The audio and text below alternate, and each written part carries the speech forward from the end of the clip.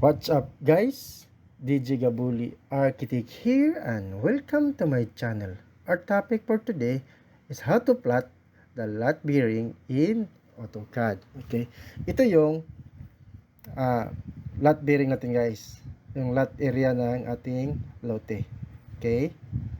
Tapos punta tayo ng AutoCAD. Ito yung ginawa kong finished product ng lot area na ginawa ko. Okay? So, gagawin natin to ng mabilis na paraan. Okay. Dito sa folder natin, makikita niyo dito yung plot bearing formula. Ito yung Excel file natin. Tapos i-open natin to. Let me check. Okay. Dito, ito yung mga area o mga lot bearing ng ating lote. Okay. Dito sa tukod, ito yun o. Ito, mayroon tayong mga lot bearing points. Ito yun dito.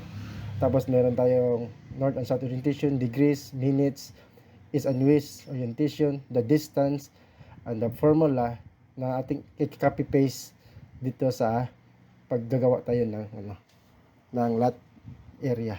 Okay? Itong formula to, i-copy paste natin to, copy and paste doon sa AutoCAD na kung saan tayo gagawa ng plot bearing. Okay? First is just type PL or polyline, click, then balik tayo dun sa ating Excel file, tapos kopyahin natin tong formula, just copy, just as Ctrl C, then let's go to AutoCAD file, then ipipaste natin dito, then paste, then enter. So automatic siya na nag-create siya ng boundary. So i-copy natin to, ilagay natin doon sa ating finished product. See, that one guys. So, exactly kung anong coordinate doon talaga mapupunta.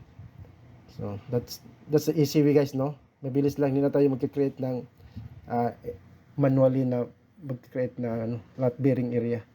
Kasi may formula tayo na ginawa doon sa Excel file natin.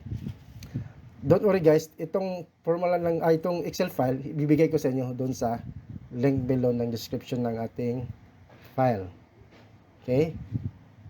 So, basta huwag nyo lang kalimutan guys na mag-subscribe dito sa aking channel para kunting help lang. Okay guys?